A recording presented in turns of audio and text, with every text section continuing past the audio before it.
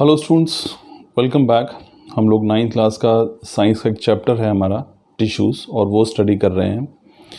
इस कड़ी में स्टूडेंट्स हम लोग पहले 3 लेक्चर स्टडी कर चुके हैं, जिसमें हमने पहले लेक्चर में जो है टिश्यूज़ के बारे में पढ़ा कि टिश्यूज़ होते क्या हैं और एनिमल और प्लांट टिश्यूज़ जो हैं कैसे मॉडिफाइड होते हैं अपने अपने काम करने के लिए।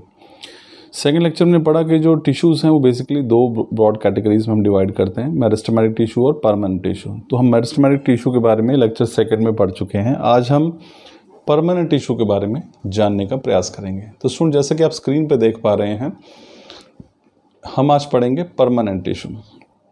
देखिए, जो बेसिक डिफरेंस है स्टूडेंट्स वो मेरिस्टेमेटिक टिश्यू में और परमानेंट टिश्यू में, वो है उनकी एबिलिटी टू डिवाइड। जो मेरिस्टेमेटिक टिश्यू होते हैं उनके अंदर जो सेल्स होते हैं, जो कोशिकाएं होती हैं, वो लगातार विभाजन करती रहती हैं। They are continuously in a state of division. लेकिन परमानेंट टिश्यू में क्या होता है, जो परमानेंट टिश्यू के जो सेल्स होती हैं, जो कोशिकाएं होती हैं, वो अपनी डिवाइड करने की टेंडेंसी खो चुकी होती हैं, वो उनमें डिवीजन नहीं होता है। तो ये बेसिक डिफरेंस है। चलिए इसको डिटेल में स्टडी करते हैं स्टूडेंट्स के परमानेंट टिश्यू होता क्या है।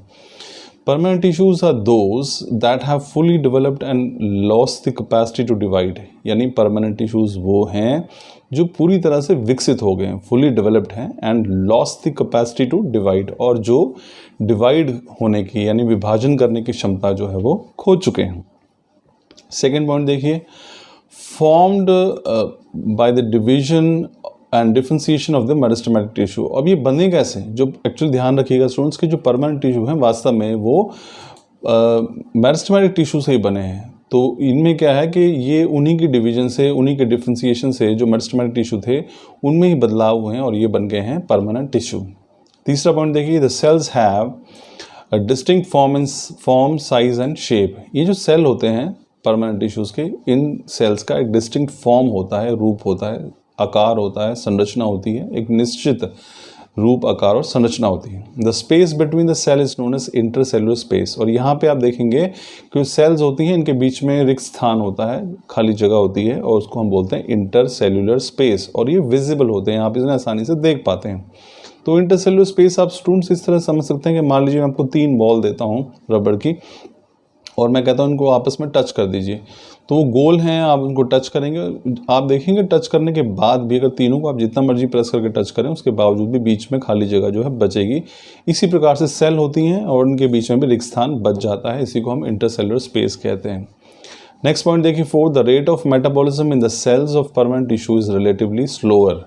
अब चूंकि यहाँ पे सेल डिवीजन नहीं हो रहा है, सेल बहुत ज़्यादा एक्टिव नहीं है, इसलिए इनके अंदर जो भी मेटाबॉलिज्म चल रहा है, जो रिएक्शंस चल रही हैं सेल के अंदर, वो उनकी गति बहुत ही धीमी है। तो बहुत ही धीमी गति से जो है वो चलते हैं। ठीक है, तो स्टूडेंट्स ये हम इसको लेक्चर को छोटा रखेंगे। हमने आज पढ़ा परमानेंट टिश्यूज़ होते क्या हैं। तो हमने पढ़ा कि परमानेंट टिश्यू वो हो जो पूरी तरह से विकसित हो चुके होते हैं और जिनमें सेल डिवाइड करने की क्षमता जो है वो लूज कर देते हैं, that is they are fully developed and have lost the capacity to divide.